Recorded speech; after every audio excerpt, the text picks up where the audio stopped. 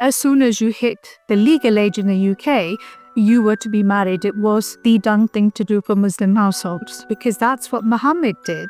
He married Hazrat Aisha at 6 and she was 9 when the marriage was consummated. So the younger you marry your daughters, the better it is. And the Quran says that as soon as you have your menstrual cycle, you are ready to be married off. Being a 15, 16-year-old when you're a child, you really can't comprehend what a marriage really is. I mean, had I known then that this was a lifelong contract, I think I would have done something about it. But I think at the time, these are your parents, this is your family, and you don't want to hurt your family, you don't want to hurt your grandfather. And if this is what they want you to do, you do it. My mother had been quite consistent in telling me that I would need to sleep with him, because if I don't sleep with him, I would be cursed all night. And there was no discussion around protection, around safe sex or anything like that. It was literally, you do what he tells you to do, and when are you going to get pregnant? When are you going to get pregnant? And it was like, okay, so at 17 I became a mom. It's generational abuse is what I would call it. It's generational abuse, religious abuse, cultural abuse, and it's especially on women and children. You are to comply with what we tell you to do.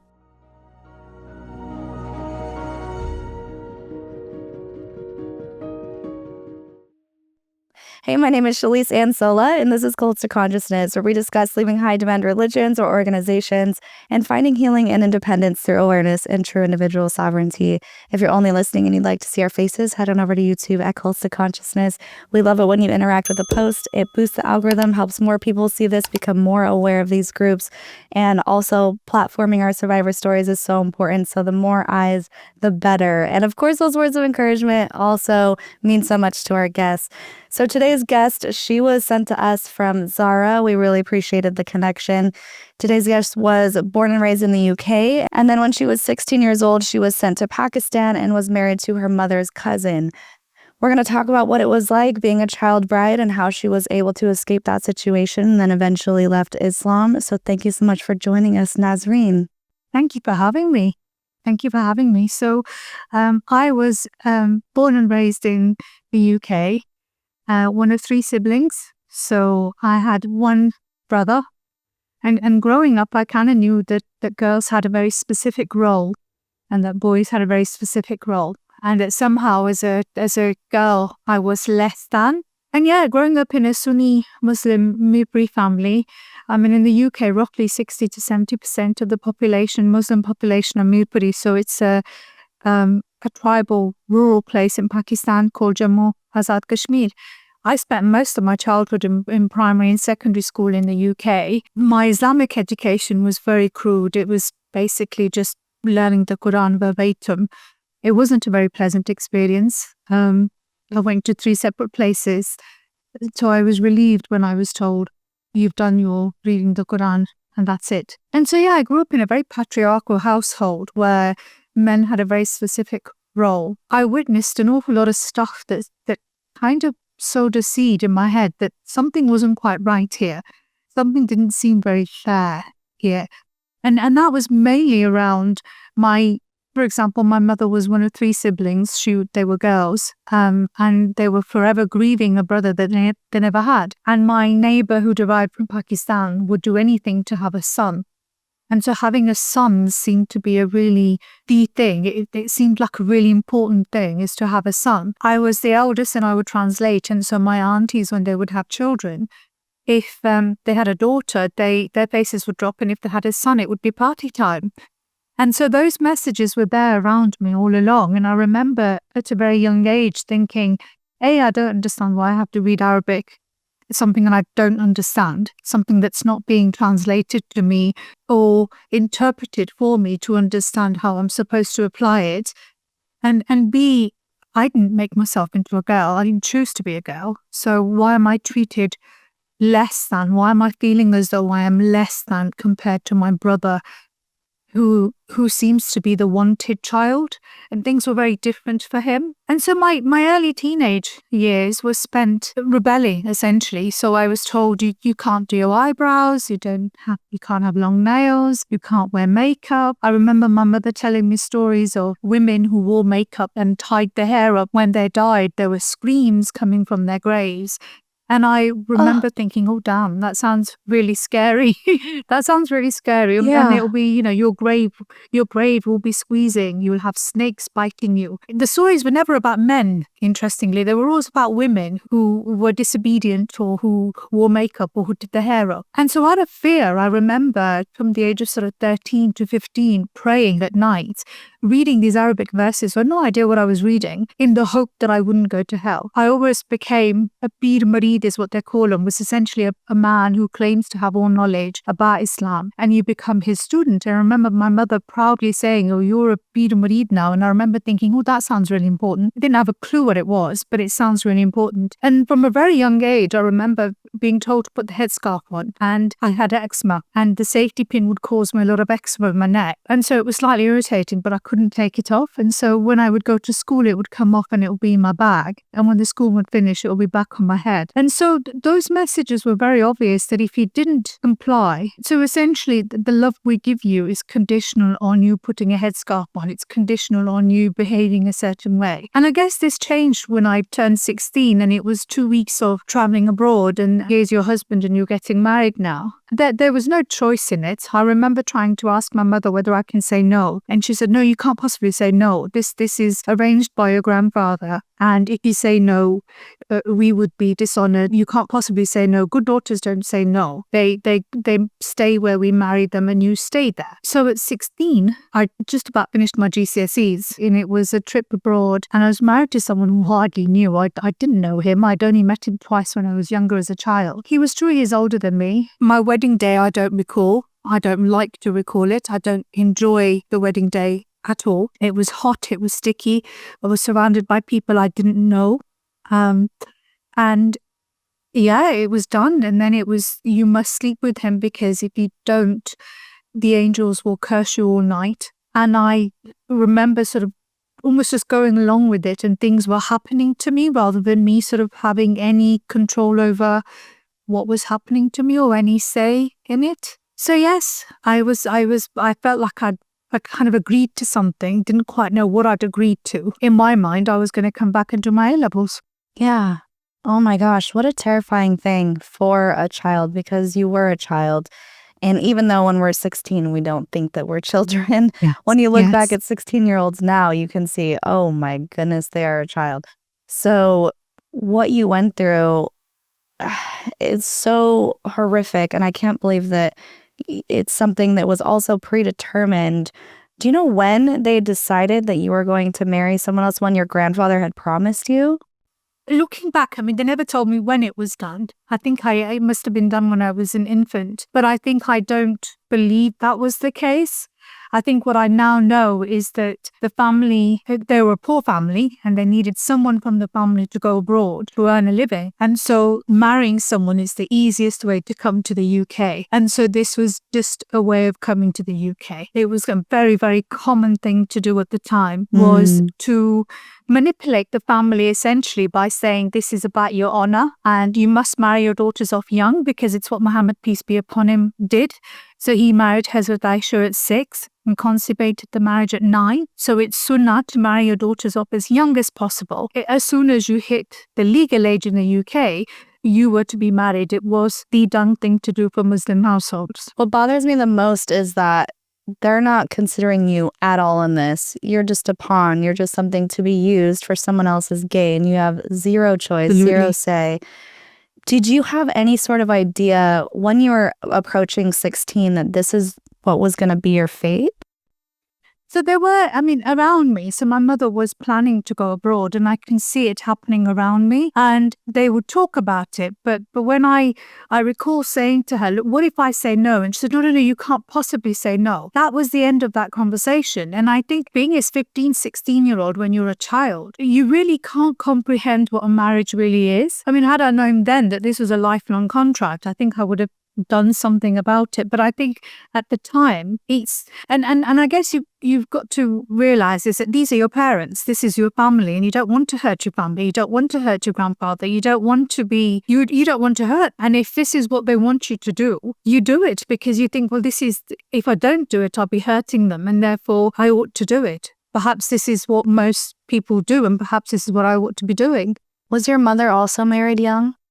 Yes, it is absolutely. It was the whole tradition. I recall when I was in Pakistan, one of the aunties, a couple of the aunties would say they were 12 or 13 when they were married. So it was absolutely the tradition to marry your daughters off as young as possible. I wondered if that was the case because I feel like as a parent, you wouldn't want that for your child, especially being in the UK. I feel like you have so many more liberties or opportunities than maybe other people did in other countries. And so I wondered if that's something that she was just like, well, that's just how it is, or if she struggled with that. But it seems like it was just part of a cycle. It's generational abuse is what I would call it. It's generational abuse, religious abuse, cultural abuse, and it's especially on women and children. So my mother's mother was married very, very young, and because she had daughters, somehow she hadn't done what a good wife should have done. And so the cycle just continues, and it's the expectation is that even if you are born and brought up in the UK, you are to comply with what we tell you to do. This cycle will continue on. I recall sort of being told, well, this is for your own good, that as soon as you go to university, you will become disrespectful because you will go off and do things that we don't want you to do. The sooner they have you married, the better it is. And so you really don't have any autonomy, any control. Essentially, there's no personhood. There is no individual thinking. You're a product. You're a woman to be used, and your entire life is essentially to serve your husband. And the byproduct of that, as it were, is that you also have a passport. And if you have a passport, well, we can come to the UK. And I remember hearing things like, well, you're going to marry her off anyway. You may as well marry her off somewhere where she's useful. And I think that what that does to your self-esteem and self-confidence, it erodes it. Over a period of time, it just erodes your confidence because you genuinely believe maybe this is what I'm supposed to be doing. If everybody around me, all the aunties, all the cousins, all they've ever done is serve their families, have babies and just serve their families, perhaps that is what I ought to be doing too. Yeah. And I want to dive deeper into that because I feel like I know what that's like being raised in Utah where everyone's Mormon and that's just what you do. And you look at all these people and you're like, well, they're smart. They're doing something right. What's wrong with me for questioning it? And it's just, that's your environment. That's the bubble that you're in. That's your reality. So you have to accept it in some ways. I'm interested to know if you were in a community that was a little bit more insulated or insular, or were you really just plopped in the middle of the big city, exposed to everything around you, understanding that you guys do things differently? So it was a bubble. It was a bubble of just this Mirpuri community living very closely, close-knit. Within that bubble, you had villages that would have known each other, people from different villages back home who would have known each other. And through that bubble, you saw the outside world. So I would see my friends who were wearing shorts, who were wearing T-shirts, who had plans of going to university and studying. But there were also people within that bubble who were doing that. They're still going to university and still studying. It just felt like at that time, it wasn't the done thing. You were very much frowned upon. That if you were going to send your daughter up to university, somehow she was going to come back as a disrespectful woman, so she'll be exposed to the world. This was a little bubble where it was expected that your marriage would be arranged. You would do what your parents tell you to do, and you would live there forever. And it didn't matter how you were treated. You would just do what you were told to do. And the moment you refused, the moment you started to rebel, you now needed to be disciplined. You were now becoming, you were rebelling in a way that wasn't acceptable. That we now need to do something about it. And this was about your appearance. This was about you refusing to wear a headscarf, let alone having doubts about the religion you've been born into. This was just about your hair, your eyebrows, your makeup, and your nails. Let alone this idea of, well, hang on a bit, if there isn't Allah out there, how come he favors men more than women? How come he seems to have a favorite gender here? And yet he created me. I didn't choose to be born as a woman, and yet I feel like as if I'm being treated really unfairly here. And if there is an Allah, then he's quite an unjust and cruel entity. Yeah, that's even brave to have those thoughts and opinions. Were you thinking that way when you were a teenager, or is this hindsight? No, as a teenager, I was very angry. So even from the age of 16, so from the age of 12 onwards, it was more about fear. And I was absolutely frightened and scared of hell. And so I was compliant and I was doing what my mother was telling me to do. From the age of 16, when we traveled abroad and then I came back as a married woman and I saw that my brother was being sent off to university, I became very, very angry. Very angry because that is what I wanted. And I think at that point I was like, hang on a little bit. Yeah. If there is an Allah, then he is very unjust and very unfair. And then why should I obey him? Why should I wear the headscarf? Why would I pray 5 times a day when clearly he's a very unfair entity, whether he exists? And I think those thoughts were very much there. And I think from then onwards, I rebelled and when I had my daughter, for example, at 17, prior to that, my mother had been quite consistent in telling me that I would need to sleep with him because if I don't sleep with him, I would be cursed all night. And there was no discussion around protection, around safe sex or anything like that. It was literally, you do what he tells you to do. You do what he tells you to do. And when are you going to get pregnant? When are you going to get pregnant? And it was like, okay, so at 17, I became a mom. And the next 2 years were, my eldest child was diagnosed with profound autism. And I was a single mum. He wasn't around. There was no communication.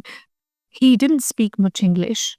His main purpose of coming to the UK was to earn a living and send it back home. So that was his main purpose. I was just a means to an end. So He'd got himself in the UK. He was now going to earn a living and send it home. And I was just an inconvenience. I was just that. He would walk 3 steps ahead of me and I would be walking behind him. I would be asked to call him with respect and he could call me whatever. And those were the tiny things. Those were the things that added to the irritation that was already there. I was already quite irritated by the fact that as a girl, I was being punished all the time for being a girl. And then it was this sort of whole, you must be obedient because he's your husband. And I look back now when I read the text in the Quran that clearly says, Surah Nisa 34, that you must be obedient to your husband and that if you're not, he can stop talking to you, stop sleeping with you and beat you. There were occasions where I had been slapped. And then if I'd gone to my parents and said he's done that, they would say, oh, no, it's okay. It's okay. He's your husband. Tolerate it. You must stay with him. You must stay with him.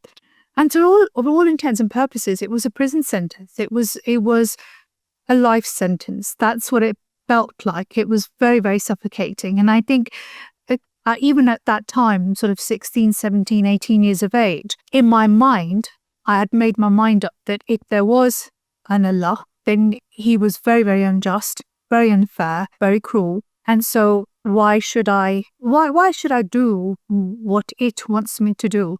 And so I started refusing. I would refuse to wear a headscarf. And I think part of the thing that really bothers me even today is this idea that you don't work, you don't drive, you don't have a mobile phone. You are to be completely dependent on this man. Financially, psychologically, you're to be dependent on him. And I now understand that the moment you start doing that, you're creating an environment where abuse can just fester, can't it? It just develops, doesn't it? It's an abusive relationship. And I rebelled at everything. It was when I was told you can't drive, I went and got a license. When I was told you can't have a phone, I went and got a phone. And when I was told you can't work, I went and got a job. And all throughout that time, my parents were telling me, we will stop talking to you if you do this. We will stop talking to you if you do this. And it was 12 years of it, 12 years of, if you do this, we'll stop talking to you. And I think towards the end of the 12 years, I was that fed up. I was like, actually, don't talk to me.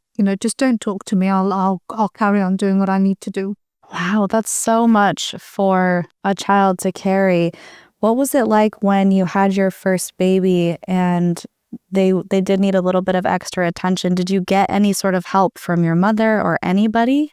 My parents. I mean, I think this is the saddest part of it all, is that my parents at times were very, very loving. That they did this because they thought it was the right thing to do. They themselves had been brainwashed to think that this is the right thing to do for your daughters. And so she was the first grandchild and there was a lot of attention, a lot of love towards her. But I think as a as a young mum, as a teenage mum, for me, there was very little in terms of support or understanding that I'm still growing, that I'm still developing. I'm still emotionally and psychologically still developing. You don't fully develop till you're 25. At that point, I had 2 children and I was in a marriage that was very unhappy. So you don't fully develop. And so at 16, 17, 18, I was still resentful that I wasn't able to go to university and study. I was still wanting to go to work. And I had a child who was profoundly autistic, who I didn't really understand. And so suddenly my focus was that I needed to understand what autism was and start focusing on being a mum. So I grew up very, very fast. I grew up very fast. I've always said this, there was a whole chapter that was completely missing in my life. And so I grew up suddenly from the age of 16. It was like a sharp sort of grow up really, really fast. Almost missing out 5 or 10 years of your life of growing up. It was growing up really, really fast. Wow. So how did your husband ultimately treat you? I know he tried to keep you isolated, and it seemed like he was also a pawn in just go to the UK, get married so you can send us money. What was that environment like with him? So looking back, things could have been a lot worse because essentially it's potluck who you get married to. That's essentially what it is. I mean, I had a very close school friend who again was married at 16, and her marriage was to someone who was twice her age and suffered from mental illness. So my ex-husband was 2 years older than me. He was a very focused man who wanted to earn the living he wanted to earn for his family back in Pakistan. So they were his family. We were just an inconvenience. We were something he almost sort of just had to tolerate. So he focused on working. It's what he did. He worked. And so whenever he had stress, that stress would come out on me and our child. And so there was no communication. There was no, you don't have that interaction. And I think because I was so angry at not being able to go to university, I almost took that anger out on him as well. And so all there was just anger, or a two-way sort of system of anger, because his expectation of marriage was that he would have a wife who is obedient, who would do as she's told, just like his mum was, and just like the environment he grew in. But suddenly he had a wife who was saying, no, I'm not doing this. I don't want this. I'm going to go to work. I'm going to have a car. I'm going to have a boat.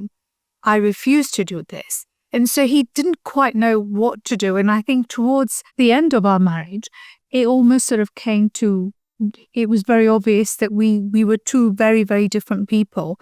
And that I was not a good Pakistani Mirpuri wife that he wanted. I certainly was not going to be that for the rest of my life. Yeah. So you're rebelling against the rules and the expectations of you.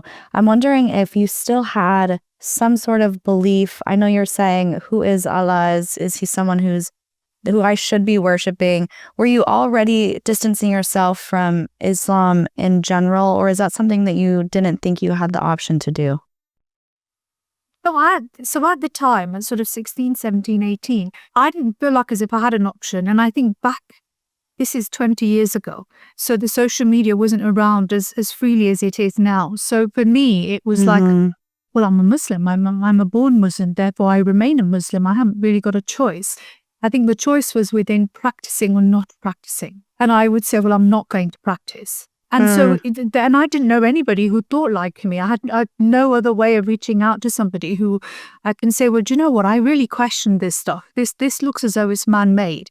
Seems to favor men a lot more than women. And like only a man would do that, right? Only a man would go to sort of say, oh, put your headscarf on. You belong to me, like as if you're my possession. Only a man would think like that, right? So, but you couldn't really freely have that conversation with anybody. The people around me were ladies who were compliant. They wore their headscarves, they wore the salwar kameez. Their banter would often be, oh, I went to a gathering for reading the Quran. And so I didn't really have anybody else who I can simply sit down and have a cup of coffee with and said, you know what, I just think this is all made up. And so it stayed there. And I think as life took over, looking after the children, trying to find a way to earn a living, trying to find a way out of the marriage, all of that took a bit of a backseat. I would often roll my eyes and just go, yeah, whatever. But all of that took a backseat until I sort of left the marriage and then started looking at things, as in zooming out and having a good look at it and thinking, well, yeah, this is all made up, really, isn't it? Mm-hmm. How many children did you have? Three. So when I left him, I had a 6-month-old baby, a 6-year-old, and a 9-year-old. I left because at that point there'd become a bit of a pattern of behavior from both of us. So we would argue, we won't argue, we would argue, and then we won't argue. And every time, so there were 3 pregnancies, and every time I was pregnant, he would go abroad and then he would come back. And at that point, I sort of said, well, I've been a single mum for 12 years. Why am I tolerating the additional abuse, as it were? Why am I tolerating this? Why should I can do it. I've been doing it on my own for 12 years. I'm just going to leave. Yeah. So what was that process like? Was it difficult to try and get him to comply with that? That wasn't even part of the thinking process. It was, I had decided I needed to find somewhere to live, and I was going to take the children and I was going to leave. So I planned it. It was just one afternoon I left. I just took the children, took our suitcases, and I left. I found a rented place, and I found a rented place close by to my family, because I think even then what was important for me was that I don't cause my family distress. And I look back and I think, wow, Naz, you still had that in you, considering what they'd done to you. But I still felt like I ought not to cause them distress. I will move close by so that they don't think I've run away with somebody else. Because one of the things that was quite obvious to me up until then was that they, and I say the Mirpuri community, the Muslim community, could not imagine a woman wanting to live on her own or being able to live on her own. So in their mind, there is always going to be a man around. She can't possibly function on her own. And so I left. I'd been working ever since I'd married him. I had to fight to work. Every time I got a job, it'll be more drama, more abuse. And my mother would say, oh, we're not going to talk to you again. Stop working. And I'd be like, well, no, I'm going to carry on working. And so when I left, I'd made my mind up. I think it was more that I just needed freedom. I wanted to be free. And I wanted to be free for my children. I ultimately realized that I couldn't have my children growing up in a household where you're being told stories as if they were fact. So a man can stay in a fish's stomach for a couple of days and he escaped from there as if it was fact. And you'd think that's not fact. But you pray 5 times a day, you fast, you believe that this book is written by some sort of divine power, supernatural power. And you think, well, no, it's a book. It's written by man. And so I kind of realized that I really could not have my children growing up in that environment. So I imagine that would have angered your ex-husband very much to just find you gone one day. What was his reaction? I think he was more horrified. I think he was more shocked. But my plan always was that he was to see the children. It was always that he would see the children. So although he was verbally aggressive towards me, he'd never physically harmed my children. He'd only slapped me once in the early years, but he genuinely loved his children. And so I think for me, it was never part of the plan.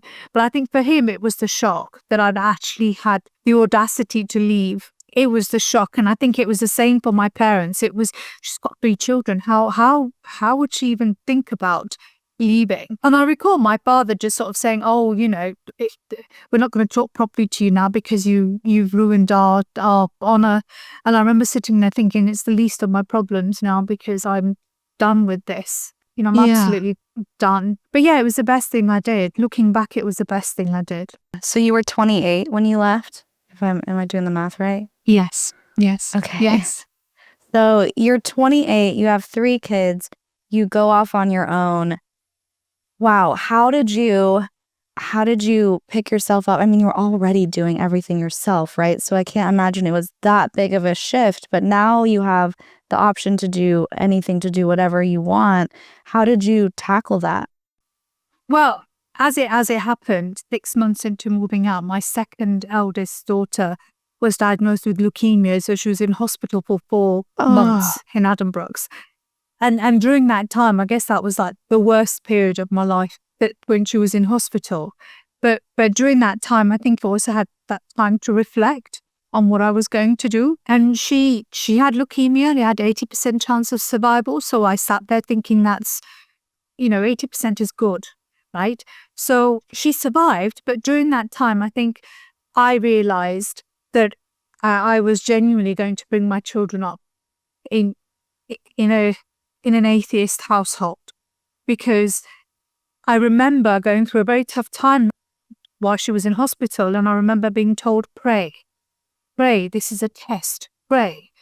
And I remember sitting there thinking, who is he testing? Is it me or is it my child? The ridiculousness of it all was so obvious to me. And I remember sitting there thinking that at this very, very tough time of my life, and I'm sat here thinking, I gain no peace from this faith, from this religion.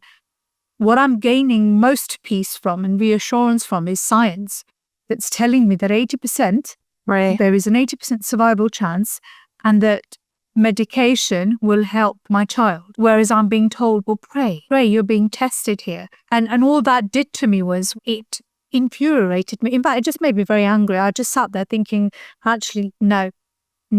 And so when she recovered and I bought my own house and we moved, I think from that day onwards, it was a case of life is too short. This is all I've got. Let me make it the best I can. But at that moment, I decided my children were going to be brought up atheist, that there is no room for religion. And so I rebuilt my life, as it were. But I think, like you said, I'd been a single parent from the moment I had my first child. So it wasn't too much of a shift. I think it was more financial independence became very, very important to me at that point.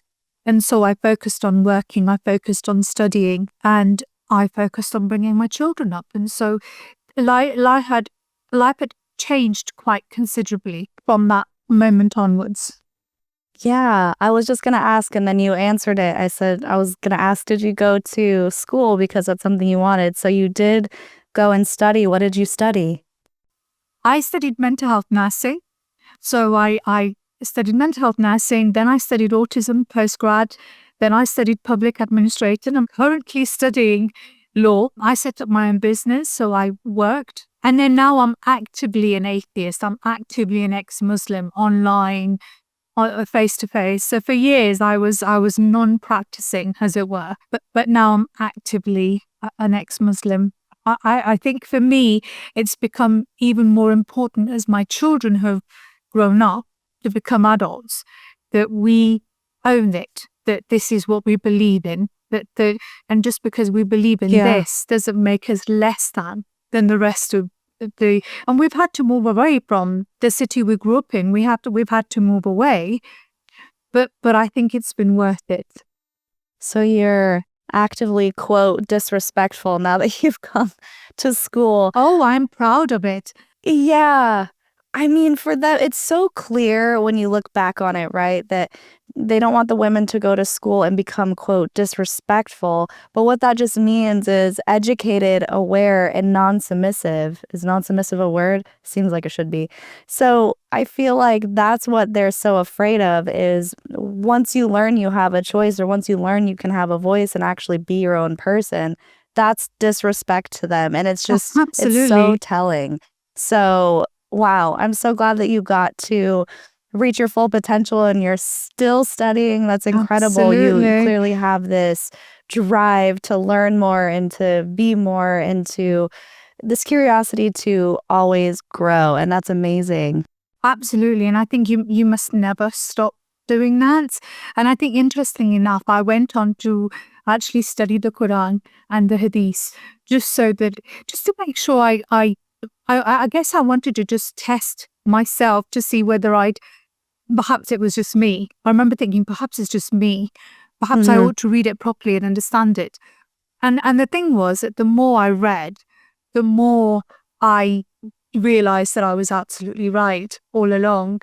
You know, when you read the Hadith, you read the Quran, and you think, what they really want to do is totally dehumanize women and create or objectify them to a degree that they are totally compliant, that they are utterly subordinate, and they do as they are told, and they are no more than just a womb and a vagina, and that absolutely is the bit that terrifies me, that there are people who actually believe that this is the truth. that this is a fact and that this is what Allah wants from them. What I've noticed from some of the other ex-Muslim interviews is that it seems like people do it with the Bible too, right? They cherry pick the things that feel good and then they ignore the things that don't feel good, or they try and take an apologetic stance of, well, that's mistranslated or you're just not reading it correctly. So I'm curious your perspective on that. But you will always get people who will make excuses. I think what I hear more commonly at the moment is it's culture. It wasn't really Islam, it was culture. And then when I point out that culture and religion are very interconnected, that you can't separate the two. If you're a Muslim household, you can't separate the two. They're one of the same thing. So it was cultural to marry Pakistan. It was a cultural thing to say, well, it's a passport, it's the easiest way for me to come to the UK. But it wasn't cultural to marry girls really young, because that's what Muhammad did. He married Hazrat Aisha at 6 and she was 9 when the marriage was consummated. So the younger you marry your daughters, the better it is. And the Quran says that. It says it, that as soon as you have your menstrual cycle, you are ready to be married off. And this idea that you must obey your husband, it's very clearly written in the Quran. And I think that the trouble though, it is that for people who make excuses or justify it, the reason why they're doing this, it's also very obvious, and I've lived it, is that if it's your family and it's all you've known, your entire existence is your family, and they practice, and Islam is very much embedded within that family structure, then leaving it is almost saying, well, I leave my entire family. I leave the people I love. Yeah. All that I've ever known is this. To leave that's scary. But when it becomes your identity, so I had plenty of discussions with women online who defend the ayats in the Quran and the hadiths, which clearly are misogynistic. And they defend it by saying, well, it's the context, it's the social history, you've misinterpreted it. And I look at these ladies and I think, well, you've got a lot to lose though, haven't you? So if you said, yes, this is misogynistic, you will be disowned by your entire family, your social circle. So you've got a lot to lose here, haven't you? But it is a form of brainwashing that stops you from thinking critically, that literally just stops your brain from accepting evidence when evidence is put to you from your own text. Yeah. And I think if you have, from a very early age, like I have, questioned it because I've always felt that it was unfair, then I guess you already have that seed in your mind anyway. But if you haven't, and it's been reinforced, so if you are putting a headscarf on, and your family are saying, oh, well done you, aren't you an amazing woman? And your society is saying, well done you, aren't you an amazing woman? Then you're going to be doing that, aren't you? You'll be doing more of it.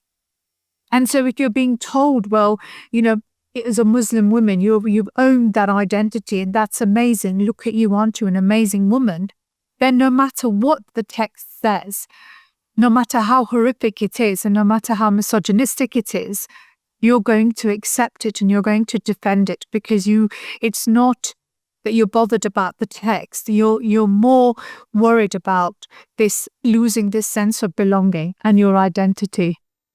Yeah, that's such a great point, and something that a lot of people don't consider. People who haven't been in high control groups, and they just say, well, why don't you just leave? Or how can they not see it? It's so obvious. But you pointed it out so clearly and so beautifully, which is, you can't see something if you're not ready to actually deconstruct it. If someone puts that evidence in front of you, the easiest way to get rid of it and to keep yourself safe, keep your brain safe and your body safe, is to say, that's just propaganda.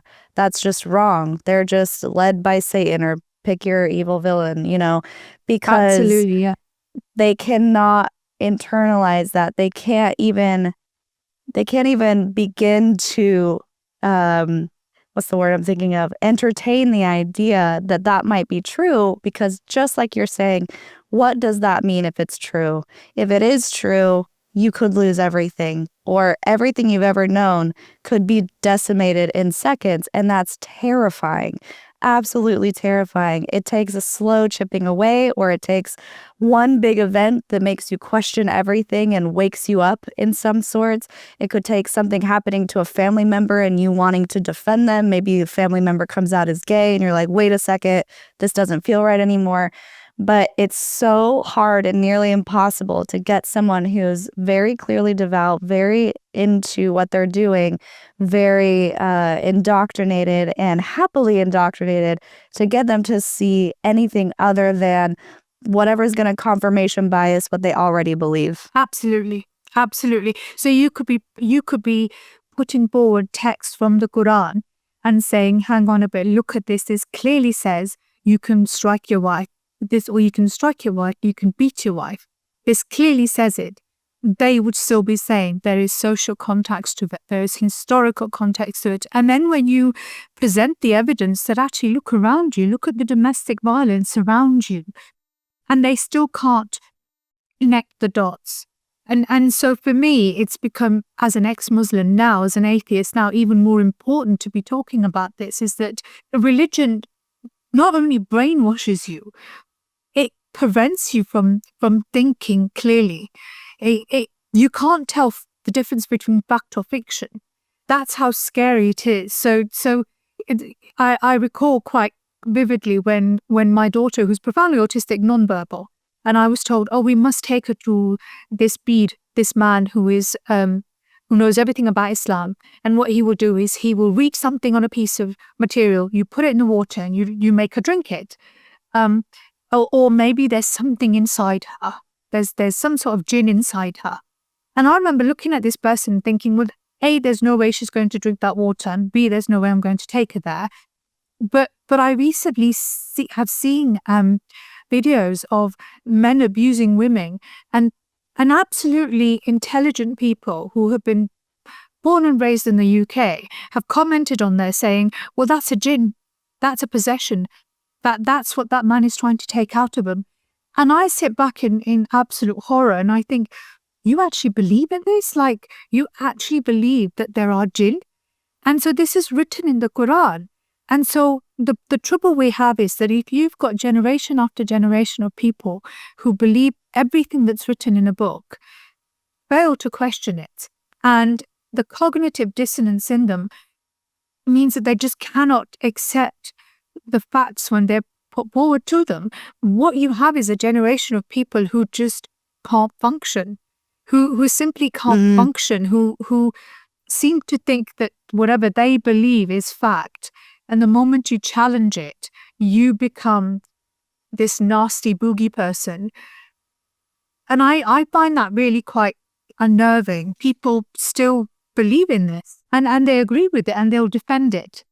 Yeah, that's the thing with religious thinking, is sometimes it puts people into this tunnel vision, and then anything they see is going to be confirmation bias to their own beliefs, even if it doesn't seem logical, right? And the thing is, I'm not against people having mystical beliefs or any type of belief in a higher power. I think where it becomes an issue, though, is when they either force it on other people and the people don't want it, whether it hurts someone else, in your case, making someone marry someone when they're 16 years old, that's not okay. And when it creates this environment where people really just aren't thinking logically, they don't pick the logical option. So for example, your daughter, them saying, do this little ritual and she'll become speaking, she'll start speaking. Or we could go to the doctors who have experience with this and know how to actually help her with modern medicine. So I feel like, not to say there isn't room for prayer, not to say if praying makes you feel comfortable, it makes you feel safe, it makes you feel heard, you shouldn't do it. But let's also not completely ignore the things that are right in front of us, the things that are materialistic and here and studied and scientific to help the problem as well. Does that make any sense? It absolutely does. But I think what the problem you have is that if the moment you're born, you are indoctrinated with the religion that your family has believed in, for years, you really don't have much choice. So the moment Yeah. you're born, somebody reads the azan in your ears, and then from the day you develop any consciousness, you are told that you are a Muslim. And so the headscarf goes on, the halal food. So everything around you is that you are a Muslim. So you really don't have much of a choice. Yeah. And if your behavior is reinforced, so if you're wearing a headscarf, if you say certain words, so if you said, mashallah, inshallah, of course you'll be an amazing Muslim girl. So it's reinforced and then it's reinforced. So the brainwashing starts from day one, and it's very difficult to shake it off. And I think, like you said, it's that chipping away thing. So in my case, it was a chipping away over so many years that as a young child, I sat there thinking, well, it's not fair that my brother's getting that sort of treatment and I'm not, because it's not my fault that I'm a girl. And to grow up and think, well, it's not fair that he's been sent off to university and I'm not. I'm being told that as a woman, I should just be a slave, essentially, to my husband, who I didn't choose him. I had no choice in that. So it's a chipping away thing. And then you have no fear of saying, well, actually, I don't believe that this is true. I believe this is man-made. But if you've had that sort of steady and slow reinforcement and the indoctrination and the dogma of it or whatever, so that sort of slow and steady pace of that this is the truth, then it becomes almost impossible when you become an adult to look at it and go, oh, it might not be the truth. But that's too much to handle for most people, even because their entire life, it's there, isn't it? That they've been told this is the truth. And they've trusted people around them to say that this is the truth. And now suddenly they're being presented with something that challenges all of that. So that becomes almost impossible for them to digest or process. So I think for me, and I'm an absolute strong advocate of this, that we really shouldn't be teaching our children any religion at all. From day one, there should be no religion in the house at all. That if your understanding of, for example, if your understanding of Islam is absolutely true, well, then your children will grow up to read and understand lots of different religions and say, well, yeah, Islam is true. But the moment you teach them just the one religion that you happen to be born into, and you've been told that that is the truth, then actually all the other religions are not true, are they? They're all made up. But your one is the one that's the truth. And so no matter what you do, it would be difficult to get that person to understand otherwise. Yeah, absolutely agree. I feel the exact same way. Yeah, and just to add something else, I actually believe it's child abuse.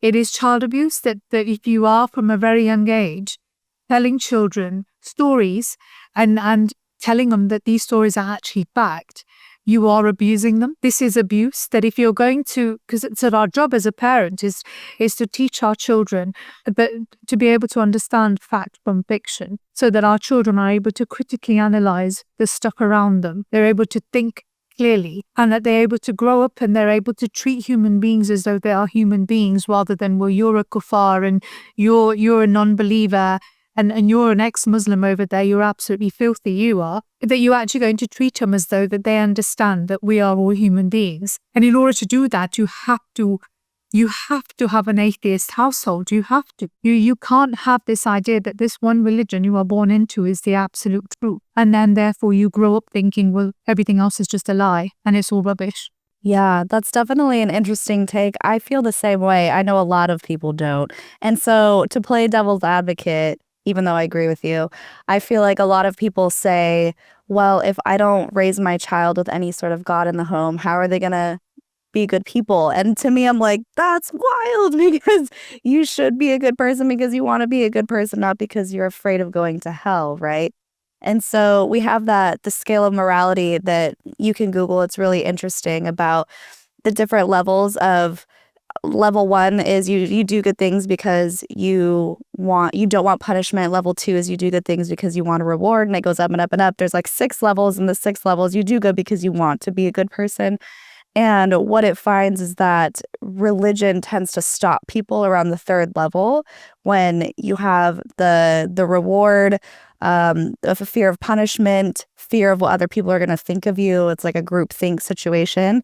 And so I feel like it actually hinders children in just doing good because you should as a good person.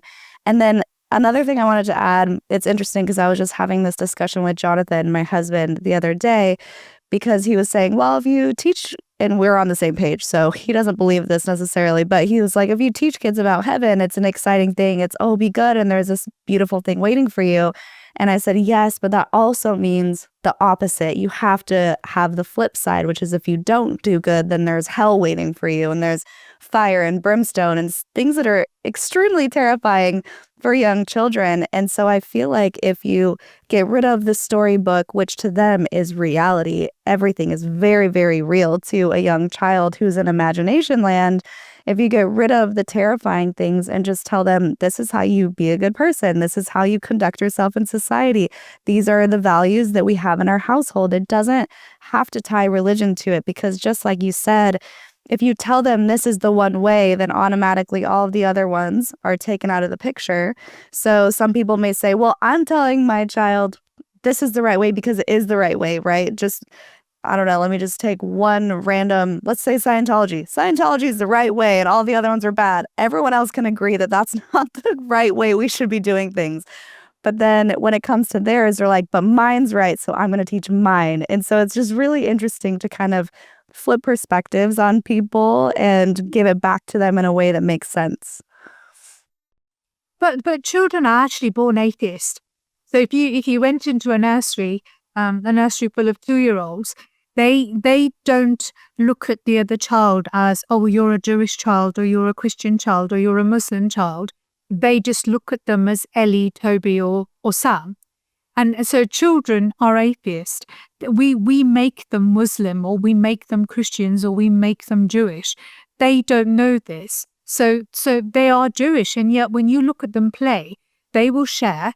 They will, if one of their friends falls down and trips over, they will run to them. They will give each other hugs. So we actually teach them. We teach them that you are a Muslim, and there is this shaitan, this devil of a character, or hell is going to be like this. The trouble with the hell and heaven story is that it is a story. So when you're talking about Spider-Man, for example, or when you're talking about, I don't know, Wicked is out now, right? So but the witches are not real. So I think for me, I've got no problems with telling my children, oh, Father Christmas or whatever, but I also tell them that it's a story. It's not really true. So Tooth Fairy isn't really putting money under your pillow. It's me. Yeah, but you can always write a letter to me and tell me how amazing you've been, because I think children just, they need to know fact. They need to be able to tell the difference between fact and fiction. There was a study actually quite recently, not recently, I think it's a good few years old, and they studied children, and what they found was that children born in religious households were unable to tell the difference between fact and fiction.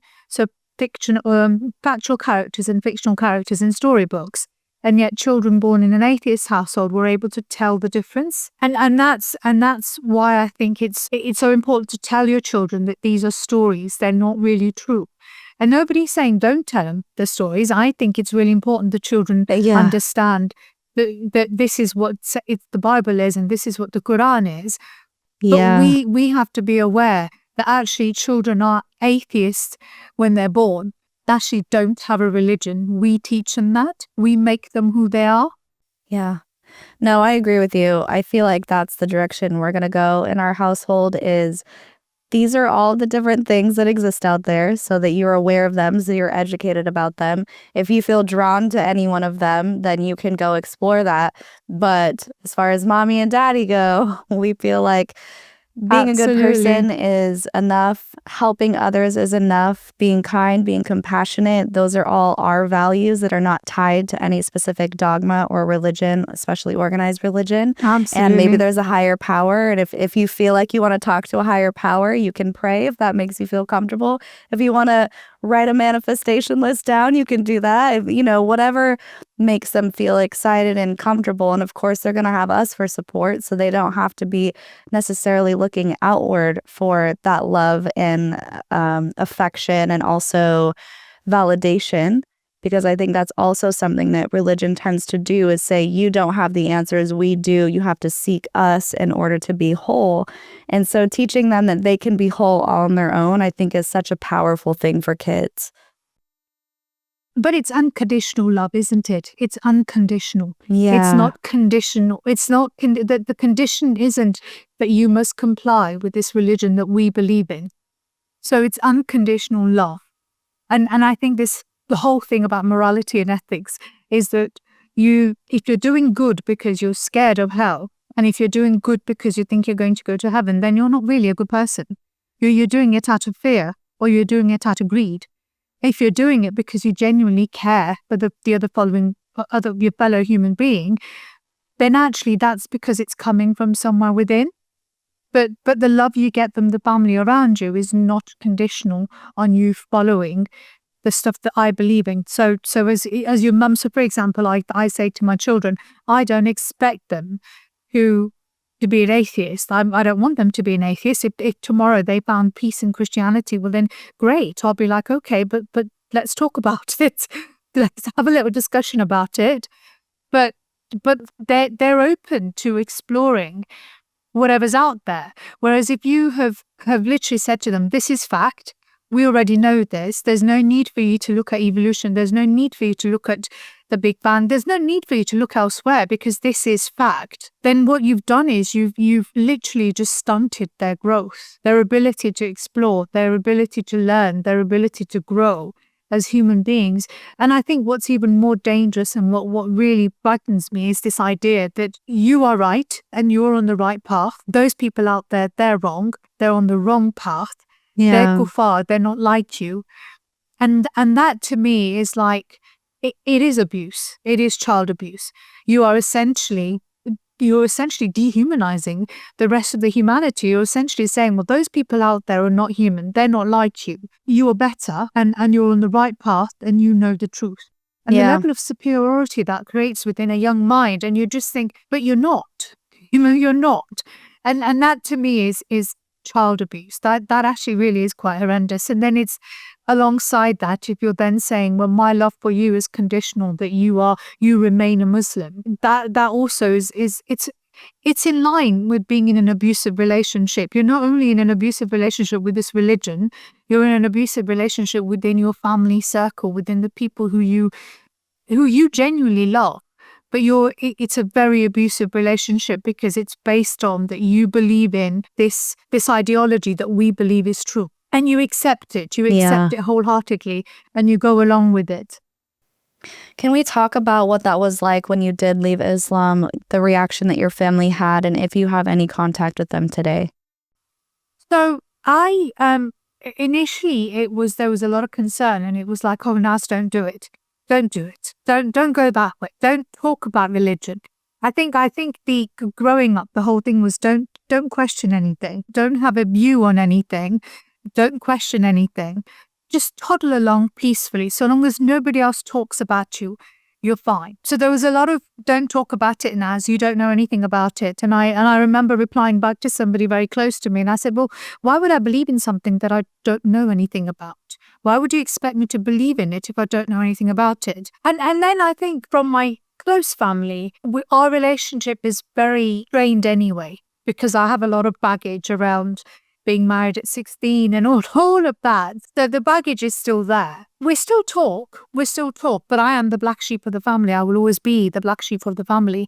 And it's almost like, oh yeah, she'll come on the right path eventually. She will eventually find her way back. Not that that's going to happen anytime soon. So, but I think what really took me aback was the reaction I got from very close friends. It was quite dehumanizing. It was almost like, oh, Naz, you've scooped a new low. I think that was somebody once said. And the fact that some people think just because you've come out and you've said you're an ex-Muslim, somehow that is a free pass to disrespecting you. Somehow you are less than. How could you possibly think of leaving something that's so true and pure? And I guess you just ignore it. You ignore it because I know that I'm not the only one that's on this path. I know that I'm not the only one that's questioned it. I'm not the only one that's done it. I know that in history there's been people who have questioned Islam. In fact, I think Muhammad, peace be upon him's uncle, his very young uncle, rejected Islam. So we're not you. We've been around for a long, long time. The only thing is, historically, our heads would have been gone, basically. We would have been killed. But I think now that we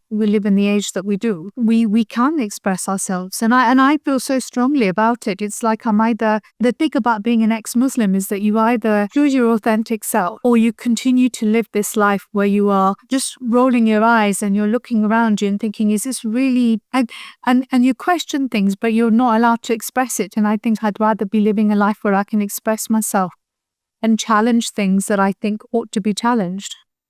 How are you doing now then? What's your joy and your happiness? I know you talked about studying and you have your children. Is there anything that you want to talk about that has given you peace? So I have 4 children now. So what's given me peace is that I can be my authentic self. What's given me peace is that I don't keep anything to myself anymore. I'm able to express myself and tell people my story. I think I recently shared a TikTok video of my experience, and I had about over 100 ladies who contacted me saying, this is what happened to me. And I said to them, I said, look, for women who have been through a forced marriage at a young age, just know that you matter. And that there is no shame in sharing your story. And there's no shame in holding people to account. And there's no shame in remaining in a place where love, respect, and dignity is conditional on you suffering in silence. So I think what gives me an awful lot of pleasure right now is being able to share my story and being able to reach out to women who've been through similar experiences I have, and being able to give someone the opportunity, or maybe open that door and say, do you know what, you're not going mad, you're not going bonkers.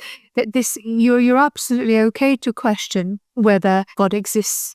You're okay to question whether this is man-made or not, and you're okay to speak up and say, well, do you know what, that seems really unfair. But just because it's written in your text doesn't mean it's true, does it? Doesn't mean it's fact, does it? Doesn't mean it can't be changed or can't be challenged. So yeah, that gives me an awful lot of pleasure at the moment, is to be able to challenge people and to be able to be my authentic self. I think that's always been my biggest fight, I guess, is to be myself. I feel like you would be fantastic at a deprogrammer. I feel like you're so logical and so well-spoken. If you ever wanted to go into that field of sitting people down and really helping them understand, you would just nail it. Well, I was told I was a very, very good mental health nurse. It's what I did really, really well. But yeah, I think for me, I hope for me that the idea is that when people reach out, which I still get many messages on my Facebook page when I share posts about religion, is that people are able to reach out and say, do you know what, I've been sat on my own with these thoughts for so long and I thought I was going mad. And yeah, I saw a post from you and I thought, oh my God, so I'm not alone. And I'm like, well, yeah, you're not alone. But I think one of the saddest things at the moment is that there are people in countries like, Iraq, Afghanistan, Pakistan, who are unable to do some of the basic things. And that is like access education, have a choice in who they marry, have a choice in what they do with their life. And they fear for their life. I know so many people in Pakistan who are atheists. They genuinely think that they don't believe in Allah, they don't believe in the Quran. And yet, the moment they express themselves, they know they are going to be hunted down. And so they live a very isolated existence surrounded by religious dogma. And so those people, when they reach out online, and I think, yes, let's talk. Let's talk about this, because I'm very privileged. I'm very, very privileged to be in the UK. And some people are not that fortunate. Right. I need to get your Linda Listen moment, your sassy statement, or something inspirational for our viewers. Well, I think I've already said it, but I'll say it again. I think if you've been through a forced marriage at a very young age, just know that your story is really, really important. And just know that you matter. Your story matters, you matter. And don't sit around in a place where love and respect and dignity is conditional on you suffering in silence. So your voice matters, you matter, your voice matters, and you are, and you should be able to express yourself. I think I just sort of waffled there, but yes, that's what I think really, really matters, to be honest. Beautiful. I love that. This discussion has been incredible. It's been so nice talking to you. Do you have any other final thoughts? Tell everyone where they can find you on social media. Yes, so I'm Nazreen Bibi on Facebook. I'm Grumpy Mirpuri because I am a Mirpuri and I'm grumpy on TikTok.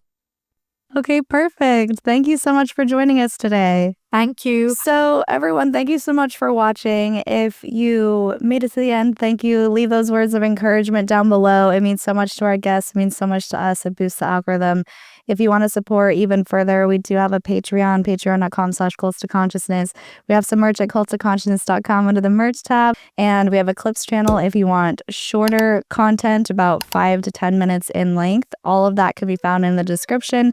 And if you like this video, I'll link 2 more down here below that you can check out. And until next time, follow your highest excitement, be conscious, and be well.